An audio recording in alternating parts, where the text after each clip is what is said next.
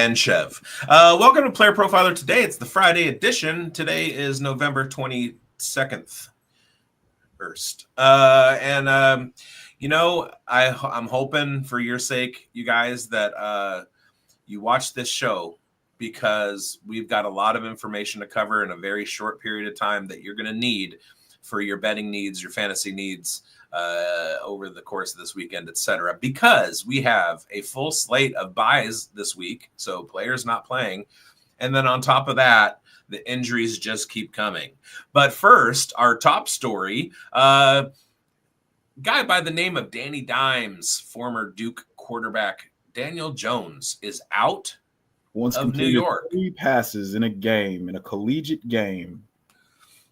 Yeah. Daniel Jones has been waived by the New York Giants. So he is on waivers. He's currently able to be picked up by anybody as long as they want to take on that contract of his that he just signed last year with New York, which was a big one and not likely to get a waiver claim. So he will become a free agent.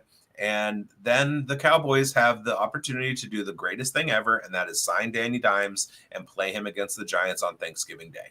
That's the only thing stopping me from taking one of the best naps just infused by the itis that I have ever encountered before is if Daniel Jones becomes a Dallas Cowboy and starts against the Giants. You have to watch that game. More people will watch that than Jake Paul, Mike Tyson. Well, I mean, more people will be able to, for sure. Right. We hope so. All right. So the impact on this game or this week is going to be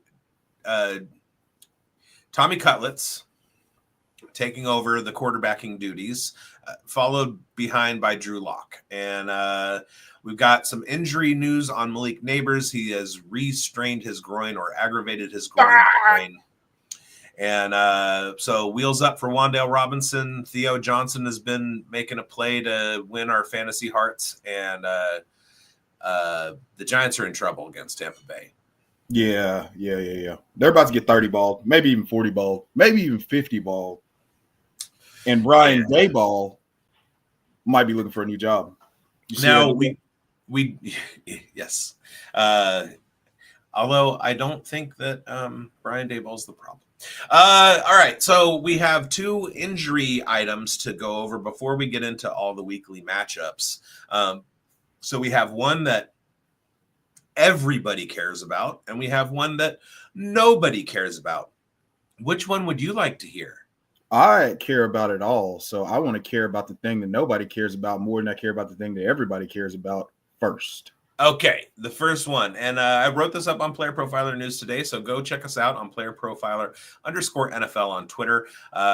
You're already here or watching on YouTube, so make that happen. You can find our news archive, our player news archive from the news desk, all of the blurbs that everybody keeps writing, hardworking guys on the news desk. That's at playerprofiler.com/news. Funny that. So the big item that nobody cares about is Raiders injury report came out today. And apparently Alexander Mattison and Zamir White, the 2-headed monster in that silver and black backfield, are both doubtful to play on Sunday against the Broncos.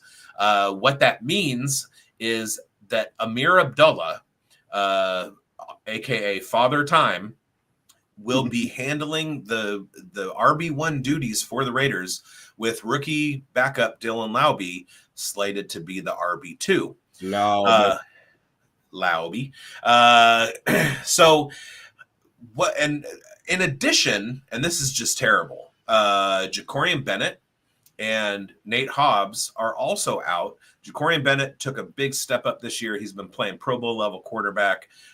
Nate Hobbs already a Pro Bowler. Jack Jones. So they were without Nate Hobbs last week, and then Jack Jones and Jacorian Bennett got hurt mid-game and had to leave. So they were down their top 3 cornerbacks. And Tyreek Hill just kind of like took advantage and everybody's taking advantage. So the fantasy play this week is start the Denver Broncos defense. I mean, they're number 2 already, so everybody's doing that anyway. But also look out for Courtland Sutton because he might have Jack Jones on him, but Jack Jones isn't great in coverage. He's more of a break on the ball, try and get a pick guy. But also the Denver running game. The Raiders already couldn't stop anybody, but now their defense is going to be able to pin their ears back. Nobody's scared of Gardner Minshew. And they're going to stop Amir Abdullah and Daniel Lauby from doing just about anything on the field at the running back position. Coast out to a quick lead, and then it's going to be the Javonte and Audric Estime show the rest of the way. I need it. I need it. I need it so much. So, I mean, we'll get into the matchup, but at this point, I'm looking under. I'm looking at, Denver covering. It's like the Raiders are hopeless. I mean, hopeless it's and hapless. Kind of what you expect from a team that shares the worst record in the NFL. And then the news item that everybody cares about, Brock Purdy has been designated out. So fire up Brandon Allen in your fantasy lineups. If you to cover your buys. I cannot recommend that as financial advice. I did a short on that. It's on YouTube. It's on the channel somewhere. Scroll around here and you'll see it. But yeah. Brandon Allen, do something. Maybe don't start him. Start the Green Bay Packers defense. Yes. Yeah.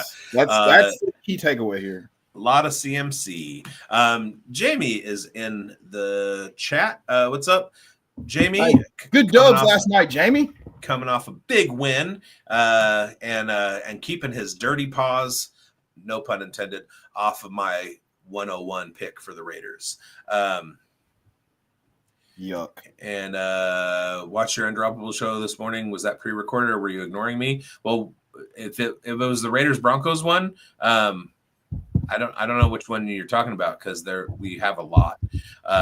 Mine was recorded last Wednesday night, and you were in there, and we were talking. So on my show, I asked Jamie to get in and talk as much trash about the Broncos as he possibly could because of Johnny Tuma. And got it. Yeah, that was pre-recorded. You're talking about our Dynasty show. Okay. Anyway, what's that? Dynasty Pulse or something? Yes. Yeah. Oh. But we're not here to cross promote. But that was shame on you. Nice little aside for everybody. Breaking up the injury news. So let's get into the matchups. Before that, I'm gonna hit a little button and we'll hear from our boy. Oh, incredible news about Fast Draft. Fast Draft DFS is live. It's called the Flex 6 Frenzy. You just draft 6 guys, running backs, wide receivers, tight ends for the Sunday slate. You like Jahmyr Gibbs? You like Jackson Smith and Jigba? You like Tyrone Tracy? Draft him. And the beauty is you can just order 5 teams, submit your rankings, and Fast Draft will email you the results. We awarded $1,000 in prizes our first week, and we're just going up from there. Soon there's going to be a select 6. No drafting at all. You just pick any 6 guys. Our DFS mantra, just say no to salaries on Fast Draft. Don't forget there's free tools on Fast Draft too. You want to get ready for startup season? We've created the best Dynasty mock draft experience there is. And if you want to play in these DFS contests and our best ball contest for 2025 are coming very soon too, just use promo code PODFATHER when you deposit and you get a free draft. It's that easy. And you're like, oh, I already have Fast Draft. Great. Refer a friend. Have them put your username in as the promo code, and then you and your friend will both get an instant deposit match up to $25. We got DFS. We got Dynasty Mocks. We got Best Ball. It's all there for you on fastdraft.app. Check it out. And the promo code is PODFATHER. Actually, the promo code is Big Boned. So BIGBONED. But yeah, Fast Draft is amazing, and I usually spend a good part of the spring trying to figure out a way to mock rookie drafts in my dynasty leagues, and that rookie mock drafter is fantastic. So go ahead and go grab the Fast Draft app now. All right, Week 12 slate. We're gonna kick it off with a recap of the Browns and Steelers. They played a snow game last night, which is awesome. I tweeted out something this morning that said terrible football is made better in the snow, and that's what it is. Snow football is just so fun to watch, even if it's a terrible, terrible game. All right. Watching everybody will run around like they're, it's like, oh, I have no traction. I could just fall at any minute. This is great. Yeah, I love it. And we also have talked on our shows about don't get cute, just play football. And the Pittsburgh Steelers tried to get cute. We're going to bring in Justin Fields for some running plays. That didn't work. And Chris Boswell missed a field goal. And then there were late game shenanigans by the Browns, and the Browns came out victorious. Now they're 3-8, and they're in the driver's seat for that number 8 pick. And the Steelers were knocked down a peg. And it's a divisional game in the snow. You can't really conventions don't matter. So I'm hoping for maybe a big snowstorm in Denver this week. but I mean I don't want the Raiders to win at all. But all right, so I'm really rooting for you guys. Really want you to put your best foot forward. Hey, put it all on tape. Minshew mania, not the madness. Oh yeah. Bro. No, see, I don't want the guy that you want. I don't want the guy that the Titans want. So go ahead. Well, I don't have a problem with either one. Whichever one that we pick, I'm thrilled with. Well, I want us to have not the guy that you want. All right. So the first game kicking everything off is going to be the Kansas City Chiefs, 9-1, coming off that brutal loss.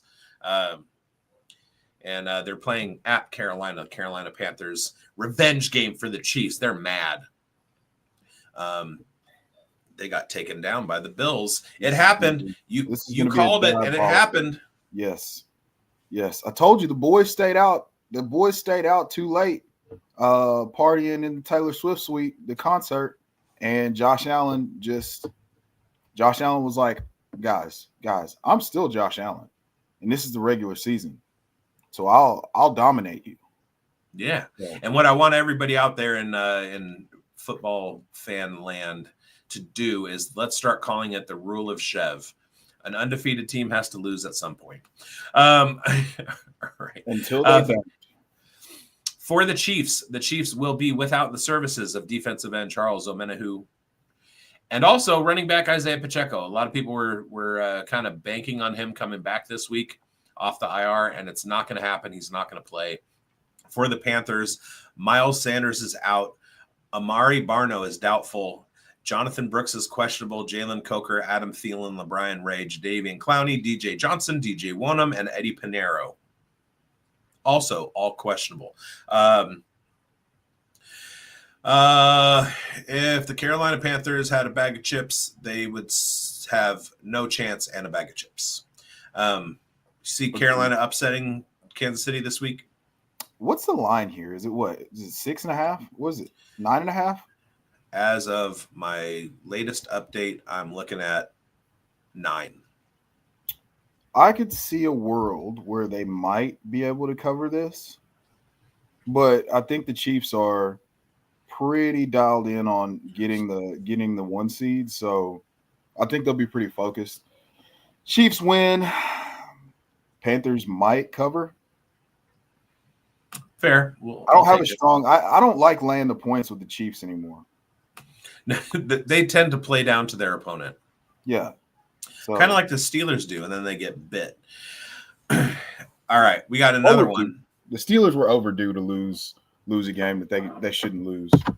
Sure, and I would kind of lean towards Carolina covering, but it's not a divisional game. They have no stake. There's no motivation. So yeah, it's bad. It's a bad look. There's a lot of those games this week. The next one is Minnesota at Chicago. This is a divisional game though, and it's out in the elements, so we could see some snow. Josh Oliver is out for the Vikings. Oh no! Nick Muse and Gabriel Murphy are questionable. What are the Vikings going to do without their backup tight end? For the Bears, Ryan Bates, Elijah Hicks are out. DeAndre Swift, Keenan Allen, and Kieran Amagaji are questionable. I had Keenan Allen on my start and sit show, and DeAndre Swift. Groin injuries are hard to come back from, so fire up Roschon Johnson. You would play Roschon Johnson in this matchup in this economy? Yeah, I'm going to take my 8 points and 8. walk away with them. Yeah, Panthers can't cover unless their quarterback hits a growth spurt. Bryce Young slander is not tolerated in this area, in this arena, sir. Apparently, Bryce Young slander is not tolerated here. So I'm glad my rookie year Bryce Young slander didn't carry over to this year. All right, so Vikings are road faves, and the spread looks like it is 3.5. Does a resurgent Caleb Williams cover? Vikings win. Bears cover. Caleb Williams over 1.5 touchdown passes. You heard that. Write it down. It's pretty much science at this point. Yeah, yeah. Everything's data driven, so we back it up. mine's all bullshit driven. And straight vibes. The battle of the second Houston team against the third Houston team. Tennessee travels to Houston to take on the Texans. Yes, the old Oilers take on the new Oilers, doing business as the Texans. Titans are 2-8, and the Texans are 7-4. Tyjae Spears is out for the Titans. So is Leroy Watson, Jack Gibbons, L'Jarius Sneed, and sadly Treylon Burks. Questionable Roger McCreary, Justin Hardy. For the Texans, Blake Fisher is out. Foley Fatukasi is out, and Danico Autry, Raiders legend, is questionable. Here is we got another one. Houston rolls. Does Tony Pollard get off even at all? And it's an 8.5 point spread, so almost as big as Kansas City and Carolina. Jamie's comment just now is chef's kiss good. Wow, yeah, we're gonna hold off on putting that up. Yeah, don't put that on the screen, but it's funny. But we're gonna laugh. Yeah, Texans. I'd go Texans in the under in this one. Okay, and bonus points to anybody in the chat that tells me what the first team was in Houston. Because I said it's the second team against the third team. What was the first team in Houston? All right. We got another big time matchup. 9-1 Detroit Lions heading to 5-6 Indy. And for the Lions, Ennis Rakestraw Jr. is out. Terrion Arnold and Emmanuel Mosley are questionable. For the Colts, Bernard Raymond is out and Tyquan Lewis is questionable. Is anybody going to stop the Detroit Lions before the end of the season? Only Dan Campbell's fourth down calls. That's our only hope. Yeah, but you know that Gus Bradley is going to be playing cover 3 every snap of the game. Yes. We're about to get another generational game from Jared Goff.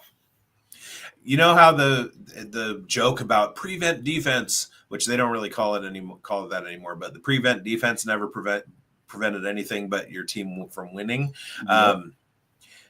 I've never seen a defensive coordinator employ the prevent defense for an entire game. Yeah. Until Gus Bradley. My Colts, I have a bunch of friends who are Colts fans, and they hate Bradley. Exist. Yeah, they do. They hate him almost as much as I did when he was the Raiders defensive coordinator. Detroit is currently 7.5 point favorites. I think they cover easy. Although Anthony Richardson might give them fits, I don't know.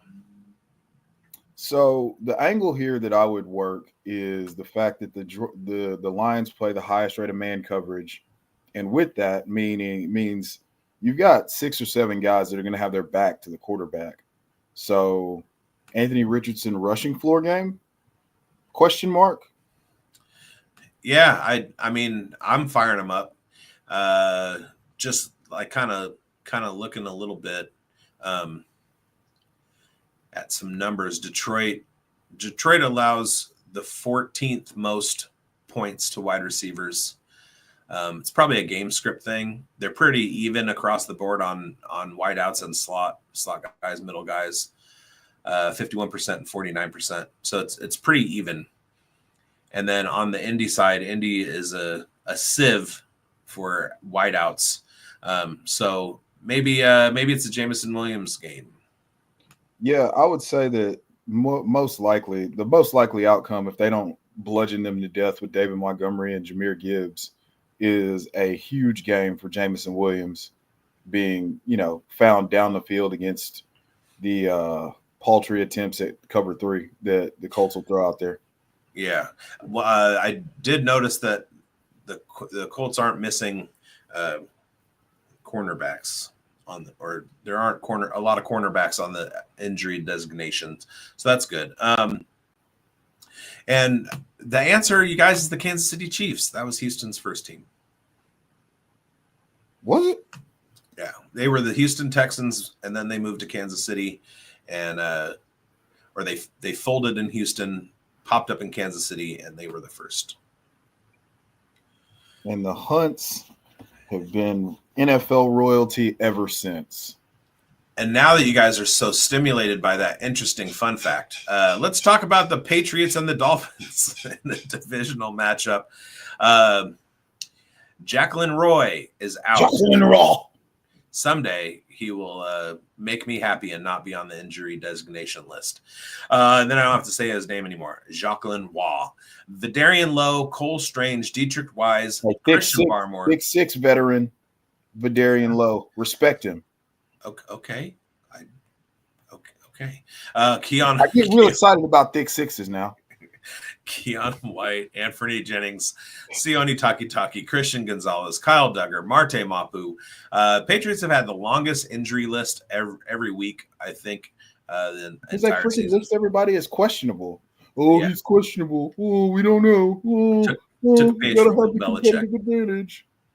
Somebody asked me today how I would feel about Bill Belichick coaching the Raiders, and I was like, if you show me one guy that knows as much about football as Bill Belichick, I'll point it out that's Nick Saban and ask you to find another one because you can't. I mean, that's an All right. I would love for both of them to co-head coach the Raiders. For the Dolphins, Kendall Fuller is out. Raiders legend Alec Ingold is questionable. Teron Armstead, Isaiah Wynn, and Patrick McMorris are questionable as well. This one's a toss-up to me, although I do think Miami is cooking at the moment, and they're at home. And I see maybe New England keeping it close-ish. But I like Miami in this one. They are love the Dolphins to win it. They're 8, aren't they? Or 7? I'm trying to find New England on this list. Oh, there they are, 19.5 and 7. Yeah. Touchdown win. Did they? No, they didn't cover in New England. It was 15-10, right? If I'm not mistaken. Yeah. And also, Jamie, thank you for pointing out that I was wrong. It was the Dallas Texans. Boom. Yeah. Don't I feel stupid? But yeah, it was the Texans. That's what I meant. All right. Moving on. Good work, everyone. Thank you, sir. I don't mind being held accountable. The Tampa Bay Buccaneers at 4-6 with their dreams seemingly dashed. I remember when everybody was calling for them to be they're going to win the division and blah, blah, blah. And now it looks like they have as much chance as the Saints. But somebody's got to catch Atlanta, right? Tampa Bay travels to New York to face they're going to catch Atlanta. The Cutlet. Tyke Smith is out. Cutlets. Tristan Wirfs, Greg Gaines, Jamel Dean, Troy Hill, and Zion McCollum are all questionable for the Buccaneers. And Mike Evans should make his triumphant return. He is questionable as well. For the Giants, Malik Neighbors popped up on the injury report today with a strain of his previous groin injury. Bryce Ford Wheaton and Kayvon Thibodeau, Micah McFadden, Darius Masao are all questionable. Kayvon, welcome back. Good to see that he might play. And another one. Did the Giants have any hope in this game? No. This is no. This seems to be the week to play Survivor. Like if you're still alive in your Survivor League, it's like just throw a dart. You're gonna just pick a team, any team, any favorite. All right. And then we have the Dallas Cowboys at 3-7, Washington Commanders 7-4. The Cowboys will be without Jake Ferguson and Marquise Bell.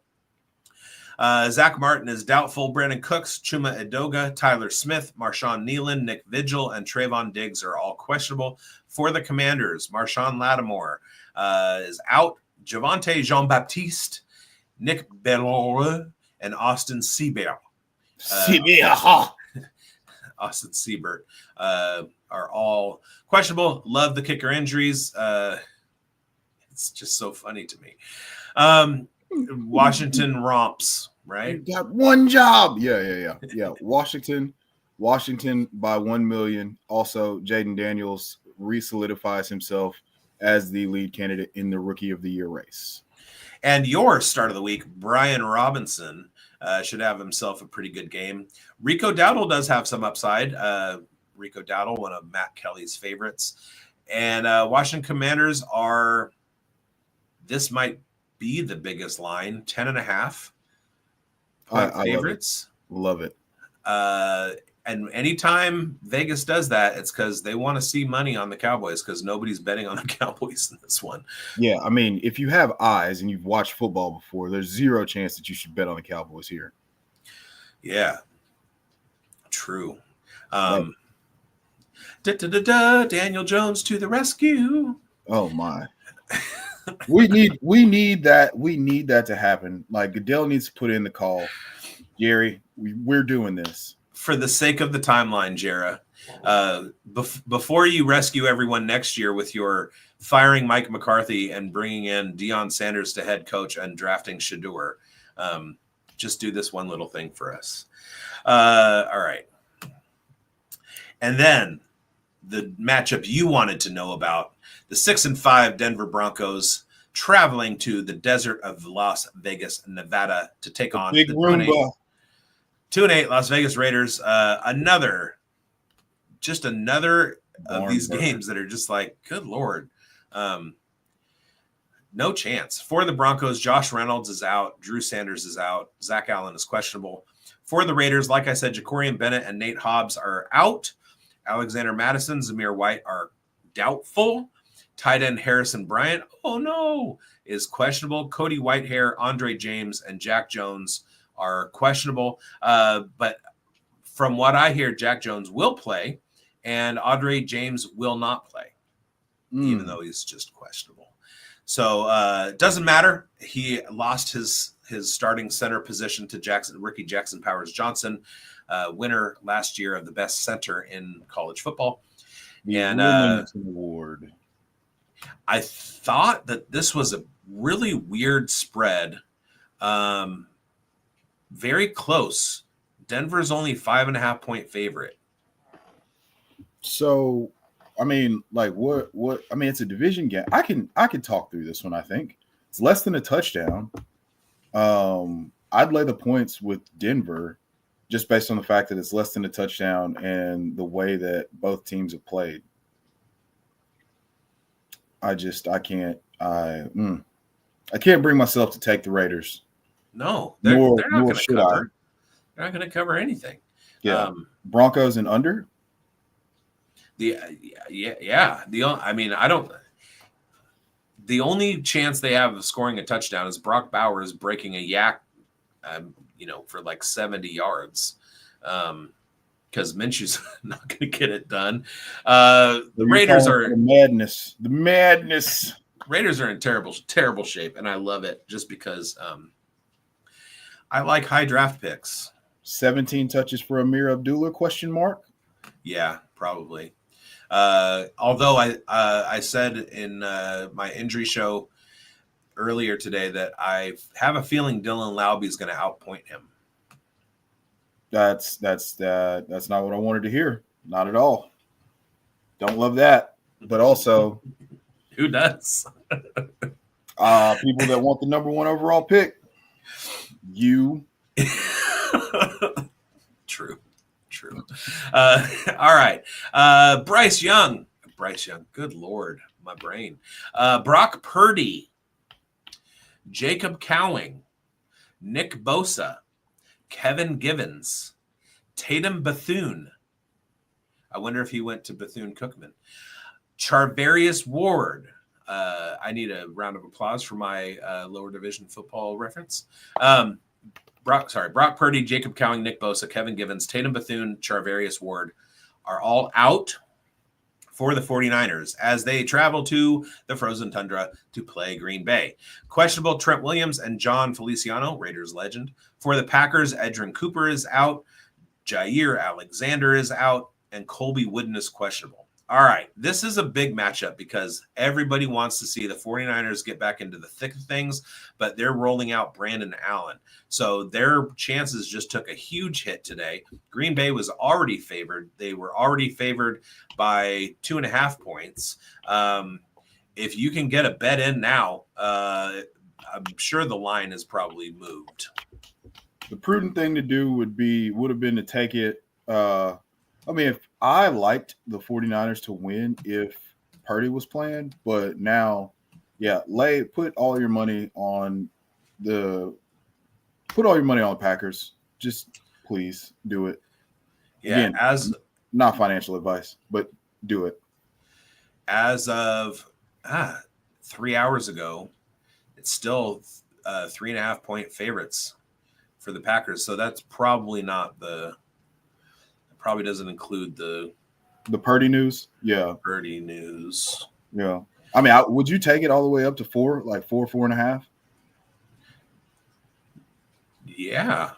I'd take it up to 5.5, 6.5. That's not financial advice. Don't bet. And if you have a problem betting, call 1-800-GAMBLING. I can't find a current MGM betting. Let me see. Maybe I should go to the source. Where are we playing from? Are we playing from Arizona? Because we're not playing from California. Is it not legal in California? No, not MGM. Really? Yeah. That's shocking. I don't think any sports betting. Yeah, Yahoo Sportacular already has it at Green Bay -5.5. Okay, and that's what MGM has. So 5.5. I'm taking that too. Yeah, feel good about that. Feel great about that. What you want to see is a path to points, and when you're down your starting quarterback, there's not much of a path to points. Yeah, 47 carries for Christian McCaffrey. That's just short of 1 million, which is your favorite number. All right, in a game that actually means something, Arizona Cardinals 6-4. They are leading that NFC West division. They travel to Seattle, who are 5-5. For the Cardinals, Jalen Thompson is out. Jonah Williams is questionable. Darius Robinson, Xavier Thomas as well. And for the Seahawks, kick returner extraordinaire Laviska Shenault is questionable, and so is tight end extraordinaire Noah Fant. Who you got in this one?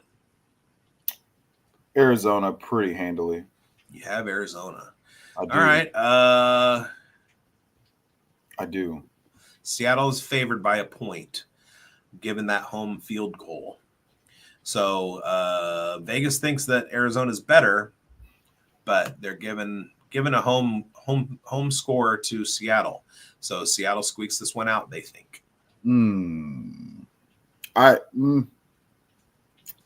My biggest question would be what did Jonathan Gannon look like off the bye these last couple years, and what's the Seahawks game plan if they're going to give.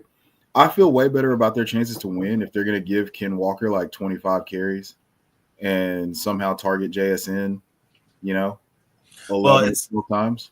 It seems like they have unlocked JSN. DK is healthy, and Kenneth Walker is Kenneth Walker.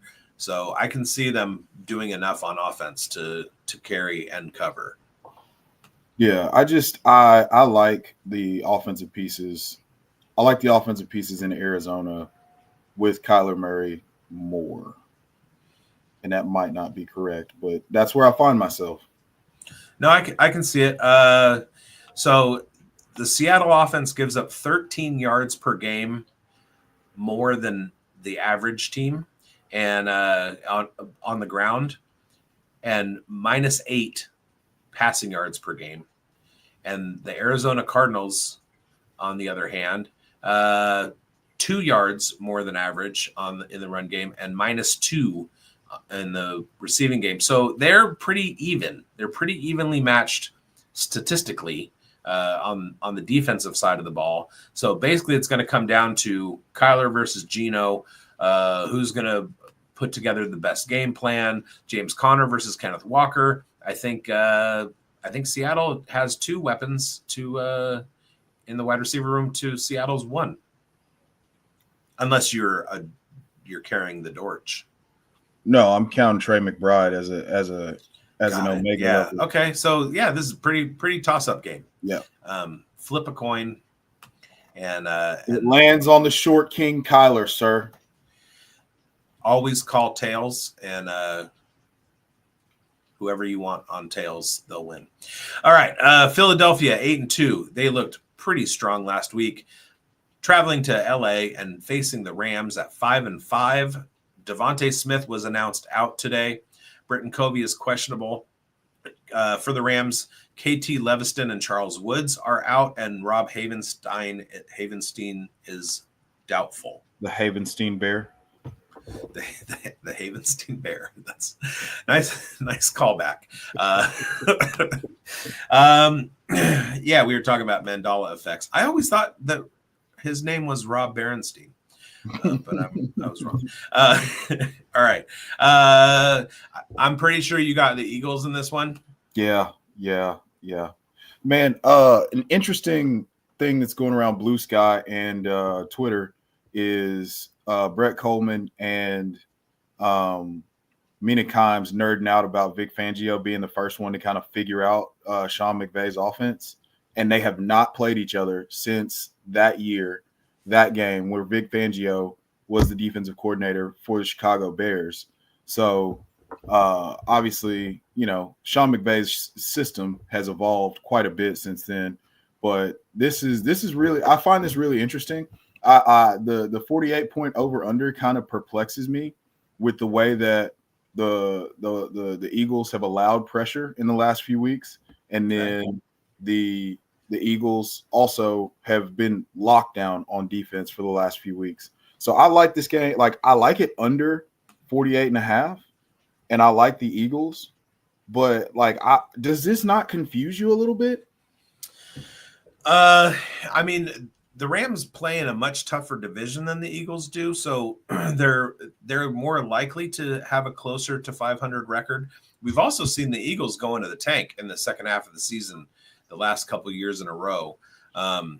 So yeah, I mean, I think that Philadelphia should win big, but well, yeah, we're both on the same page there. I was just talking about the total. Like 48.5 seems really high for the way both of these defenses have been playing. Yeah, I mean, you got the lily white curtain in Philly. The Philly white curtain. I'm absolutely loving. I love. I can't say the joke that they're being called on Twitter. because I get Oh, fired. But put it in the chat. I'm loving the nicknames coming out of Philly. Like Reed Blankenship is Vanilla Nice, and I may be thinking of the one that you. yes, I know you are. Yeah, I 100% know you know what I'm talking about. I do now. It took me a second. I like the Philly white curtain. I think that's yeah, that one can make the show. The other one cannot under any circumstances. But Reed Blankenship is absolutely tearing up some of my IDP leagues. I love it. I love that I was an early adopter on him. And He's so good. Yeah. He's so good. I mean, so Reed Blankenship, Cooper DeJean, Quinyon Mitchell, who just absolutely erased Terry McLaurin. Part of that is on Cliff Kingsbury and the inevitable collapse that he does every single second half of the season. Yeah. But these guys are actually good, and there's a direct correlation to them playing full-time starter snaps post Falcons game and how good this defense has been. Like, you pretty much I think I sent out a tweet that was like, Derek Carr is about you're gonna have to send in FEMA for what Derek Carr is about to do to the Eagles secondary. And then they give up like 9 points. Yeah. And I went back and I actually watched that game, and they played like a 50 front and just dared the Saints to run the ball. And it was like they decided to just try to run the ball, and they didn't. And I was like, but nobody is open. There's literally like Olave's being locked up by Quinyon Mitchell. Quinyon Mitchell was basically like Bargett like blue light special sauce, in my opinion. He was my first the first pre-draft show that I did. I did on a podcast in Britain, we did a mock draft, and he was my pick at number 12 for the Raiders, and he fell. And so when we were doing all of our post-draft stuff, and like winners and losers from the draft, of course I had the Raiders as the biggest winner, but but I was like, Philly killed it. Philly absolutely killed it. Not a lot of teams have the, let's say, cojones to draft 2 cornerbacks in a row that early. I mean, it was just like they identified their issues and said, we're going to fix them right now. And Cooper DeJean and Quinyon Mitchell, boom, boom. And like, it was fantastic. I loved that draft. Well, I mean, I love what their brain trust thinks about defense. And yes. Well, they have it's weird because they have a culture and they have a type, and it's like, well, they just like Georgia guys. And it's like, no, these guys all have like a certain thing. Like they like long athletic corners, independent of scheme. Like they just like those guys. And so Avonte Maddox, God bless his soul, just was not the best fit. And now Cooper DeJean, even though he's a corner and he is a bona fide corner, like he's doing weird stuff, disguising coverages at the line of scrimmage. Like it's been really, really fun to watch them on defense after that collapse against the Falcons.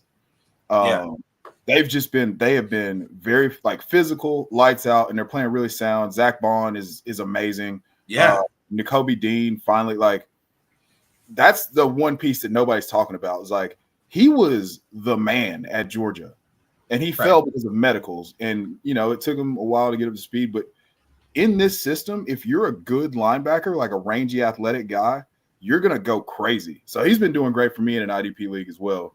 But Zach Bond is obviously the belle of the ball there in terms of their linebacker core. It's just real fun. It's not a fancy show, but we're just talking football. They're so good.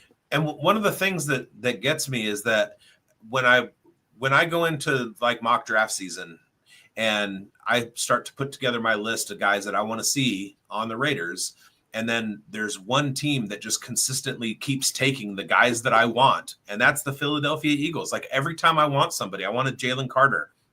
Boom. We let him fall, taking Tyree Wilson, and he falls to the Philadelphia. I wanted Quinyon Mitchell. Boom, he goes to Philadelphia. I wanted Nakobe Dean. Boom, he goes to Philadelphia. It's just like I think I should be a GM. Oh man, I did a challenge in a Discord that I'm in where we predicted the you picked predicted the landing spots for each pick in the first round. Right. And I got 9, and I would have won if I had the strength to accept the fact that Hard Dog was going to take Joe Alt instead of J.C. Latham. I would have won. I flipped those, so I had them taking J.C. Latham because they needed a right tackle. Right. And J.C. Latham played right tackle all throughout his tenure at Bama because they had, Evan Neal or whatever. And I was like, well, this makes sense and it benefits me. So personal biases fully included. I'm gonna put J.C. Latham with the Chargers. It just makes so much sense. And he's big, he's nasty, and he's physical, and yeah, they took Joe Alt, which I think he's a locked in, like he's good. If he's not a gold jacket type of player in 5 to 10 years, something went horribly wrong. Yeah, there's only one defensive player in the NFL that owns him, and plays for the Raiders. Not currently. No, it was TJ Watt. It was TJ Watt. It was no. TJ Watt. Who was it? Christian Watson. Or Christian Wilkins. Why did I say Christian Wilkins? He's not currently playing. He's on the IR. But did he do something nasty? He flipped him over. I mean, like bull rushed him and put him on his back. It was pretty funny. Yeah, I mean that's a terrible run out for a guy who's 6'8". Like you have zero chance at stopping Christian Wilkins from doing. You almost made me do it. You almost did it. Yeah. Speaking of which, Christian Watson to the moon this week, boys. Don't get me started. I'm sorry. I apologize. It's all right. I love how you just didn't respond to my text after. Yeah, I was kind of confused because in my brain, you were talking me out of it, but I forgot the other part. All right, you guys, we're gonna get out of here. I gotta go to work, and let's do Ravens. We got a Ravens Chargers. What? Wait, isn't that Monday? Yeah. Oh, okay. Yeah. See, when we do this show on Saturday, we have the Monday injury report. We don't have one, but stay tuned on Monday night for Monday Night Football. It's going to be Baltimore, who are 7-4, traveling to LA to play the Chargers. Not a lot of weeks that you could schedule a vacation in Los Angeles and catch 2 NFL games because the Rams play on Sunday and the Chargers play on Monday. So hopefully they have the trash picked up by then. But yeah, go ahead and schedule that vacation, and you can see 2 NFL games in 2 days. Yeah. Hard Dog Bowl to the moon. Yeah, that'll be fun. All right, you guys, thank you for watching. Make sure that you like and subscribe and hit the bell and all that stuff. If you're over on Twitter right now, go to our YouTube page, and that's Player Profiler News. And then if you're on YouTube and you're not a follower on Twitter, go to Twitter, and it's Player Profiler _NFL. As well, find the archive at playerprofiler.com playerprofiler.com/news. Go download the Fast Draft app, use promo code BigBoned, and get that deposit match from Matt Kelly. Have a fun weekend of watching football. I think I had a dream the other night that I was like making food for Sunday's games. Like I had a dream of being in the kitchen, and in my brain, in the dream, I was like, I'm cooking to watch football right now. Yeah. Love that. I like to do that. All right. Thank you guys for watching. We'll see you next week right here. Same time. 2 buttons, Brendan. Hey, I want to thank you for being part of this broadcast. If you have any thoughts on it, leave a comment. If you enjoyed it, make sure you leave a like. And if you want to see more shows on the Player Profiler channel, subscribe to it. That's how we know you want more.